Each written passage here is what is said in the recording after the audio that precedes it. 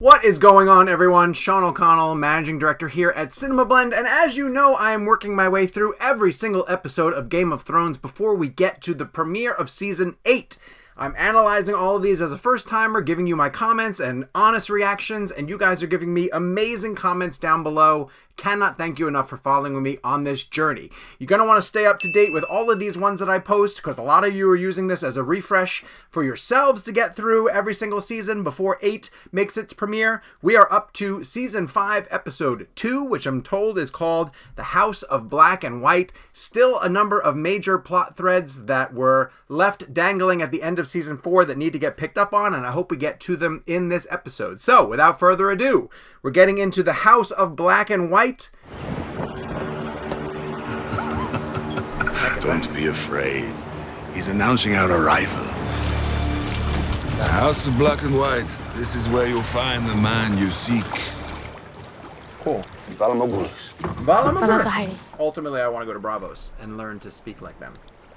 That's my goal. Valamogulis. Jack and Hagar gave me this. No one here by that name. I have nowhere else to go. You have everywhere else to go. But wait!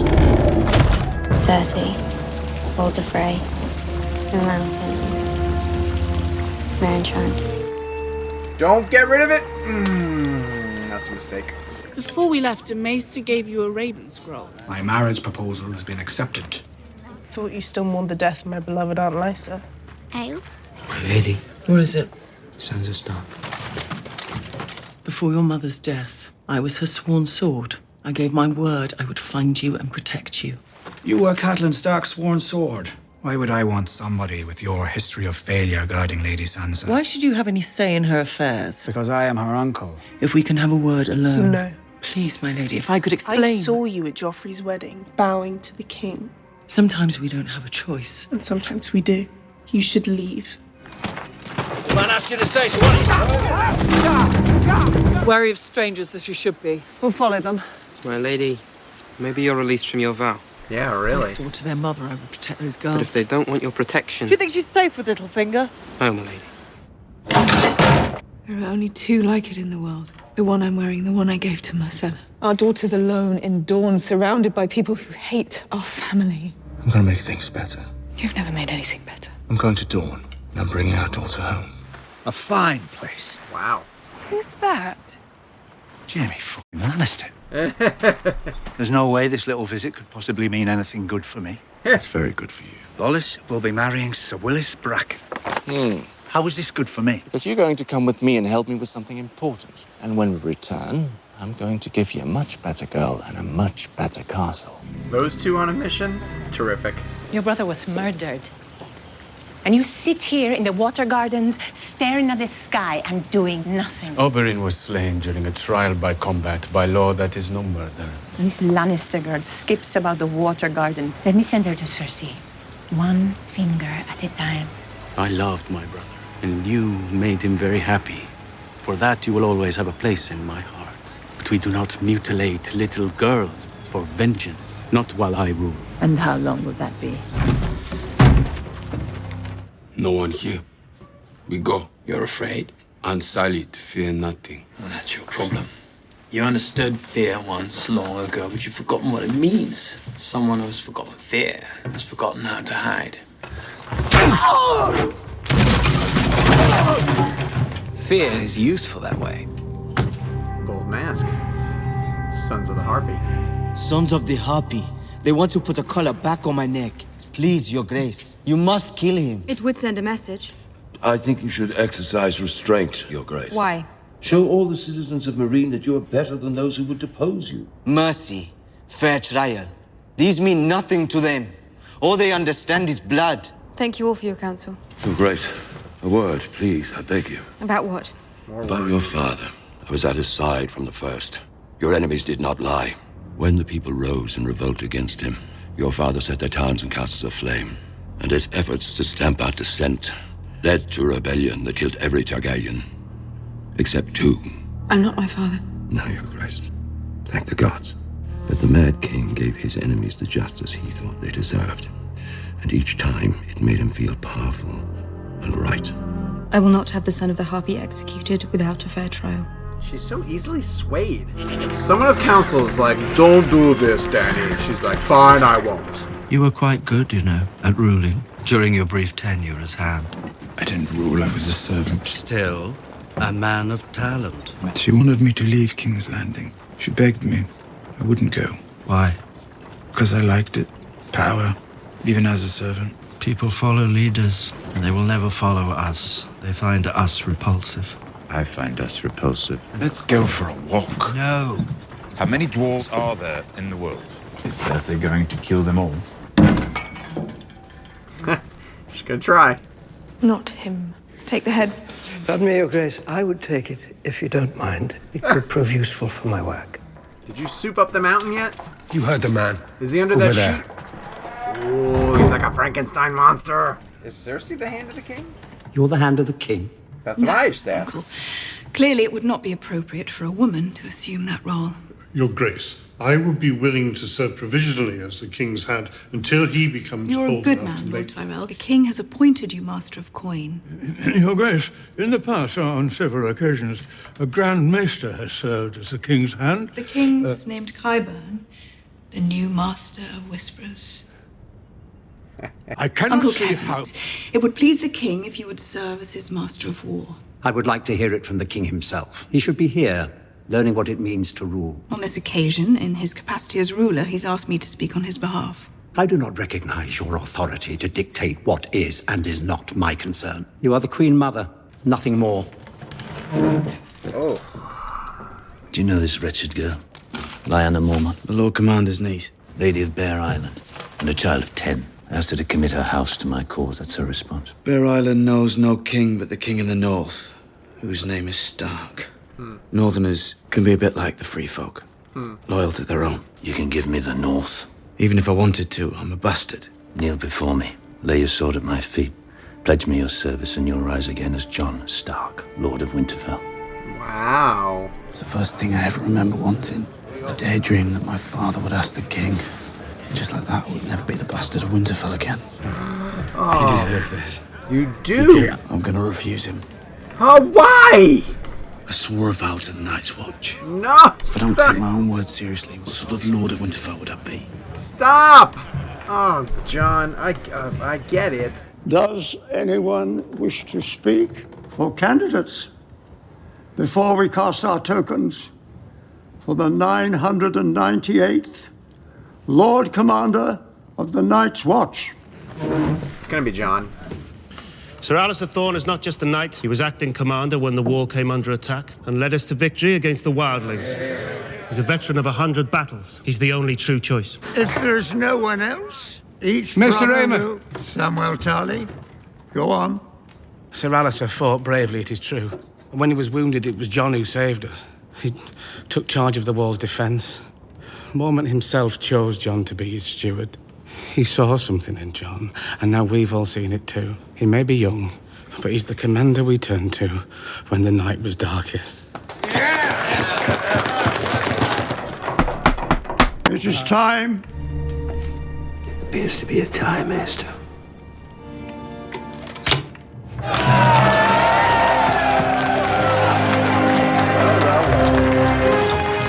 Master Aim. Well done, sir. What have you got there? Turn around and go. Quickly, go, go! Why were they scared of you? You lost this. Nice. That's awesome. Aw, dude! You said there was no Jack and Hagar here. There isn't. A man is not Jack and Hagar. Well, who are you then? No one. And that is who a girl must become.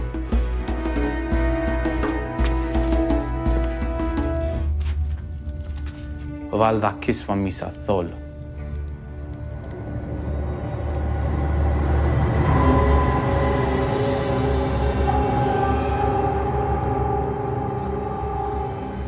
Guragon jazdano, glaison eochani sostaur. Kiviso dari drevi melux vestretan. Sepa jevi remi? Inot dranjadat. Jahe edanje mejere otolion.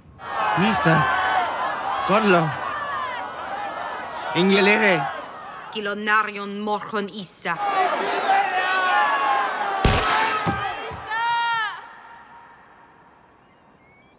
That's effective. Ooh. Oh.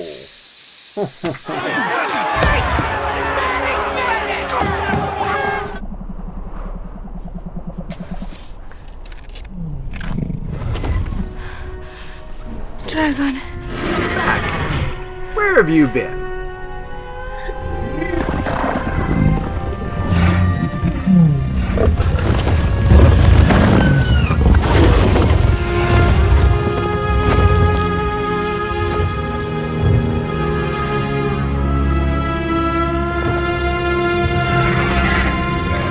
Alright, let's dive into Season 5, Episode 2, The House of Black and White, which is quite literally a house with doors, or a door, one black, one white. And it's where Arya is going to go train with her friend Jaqen. And I've said before, like when he first gave her that coin, I was like, ooh, Arya and Bravos, like let's get there. And we're here. But she's a different person now due to her time with the Hound. So I'll be really interested to see what he's able to get from her now that her training has begun. I loved that she was adamant about getting into the palace location, or the House of Black and White, by standing outside and rattling off the names of the people who still, at this point, she has on her list of people I need to knock off in order to avenge other people I love. So that was a pretty interesting turn of events. We caught up with Jon Snow, who was offered the chance to become an official Stark and no longer be the bastard of Winterfell by Stannis, because Stannis says, I need your help taking over the North. Jon, in typical Jon Snow fashion, says, no, I'm not gonna do it. Like, that seems like the right thing to do, and I never do the right thing. So I will just continue to put myself in position of suffering because it's my vow to the Night's Watch. And I realized that if Jon's a man of principle, then I'm not a man of principle, because there's so many times where Jon is given the opportunity to do something or get something or take something, and every time I'm always like, do it, Jon Snow, and he never does. He always goes the opposite.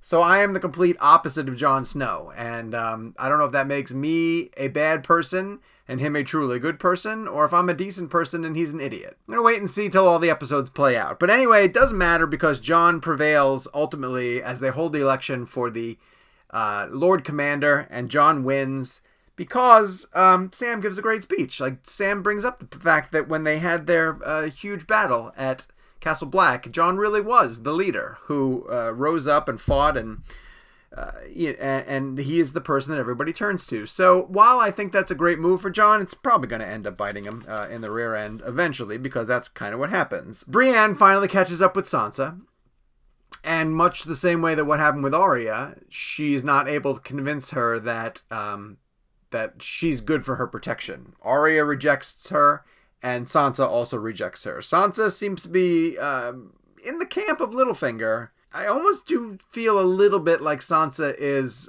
playing her own game to a certain extent. I don't know if she's committed 100% to Littlefinger, but we'll see how that plays out. And Brienne tells Podrick, like, we're not giving up just yet. I'm still going to follow Sansa, and we'll figure out where Sansa is going. We start to learn a lot more about Dorne. Dorne, like Bravos, seems to be a new location for this season, or a significant location for this season. We see Dorne for the first time. The Dornish hate the Lannisters because they essentially blame Cersei for the death of Oberyn. Not accurate. Oberyn died in a combat that he wanted to be in, because Oberyn essentially went to King's Landing to find the mountain. And Oberyn's brother, who seems to be the leader of Dorne, understands that, recognizes that, but he's being goaded into battle by Oberyn's fiery, passionate, and disgruntled lover, so I can understand that. And they're looking down at Marcella, and Marcella's living a pretty good life. She seems comfortable. She's at Dorne. She'd been shipped there by Tyrion, and Cersei wants her back. So Jaime agrees to go. Jaime's going to go on a mission. He's going to rescue his daughter, and he's bringing Bronn with him. Cersei, of course, because she is in a position of power now, is starting to stack the small council in the way that she wants it. She's also hunting for Tyrion, and the people are bringing her the heads of dwarves. Tyrion and Varys are on a journey. They are eventually going to end up in Meereen. What will Meereen look like by the time we get there? Who's to say? Because Dany, it's finally something interesting happens in Dany's plot. She's having a little tete-a-tete with the sons of the Harpy, and the Harpy are striking at her, and she finally, one of her men assassinates one of the sons of the Harpy, even though he was waiting trial, because Dany's trying to set up a democracy or a governed structure. Dany says, look, shouldn't have done that. He was waiting trial. Now you have to die. The man's beheaded, and the people turn on Dany for the very first time. So something exciting, some drama, some tension. She's still trying to figure out how to lead. It's taken multiple seasons, several episodes. I think it's clear I'm not on board with the Dany subplot, but at least something kind of interesting happened in this one. But at the very end of the episode, her main dragon, returns, and so it might be an indicator that she has more power than the people in Meereen want to admit. I know the sand snakes seem to be from Dorne, but I've found it interesting that the people of Meereen, when they were turning on Dany, started hissing, like doing the snake thing, and that was... Dany looked like she was in a bit of trouble. So that was episode 2 of season 5. We've got a few more to go through. Seasons tend to pick up steam as we go. We'll be back with episode 3 of season 5 very soon. So you don't want to miss it. Go down, subscribe, turn on your notifications, and we'll see you right back here at CinemaBlend's YouTube page.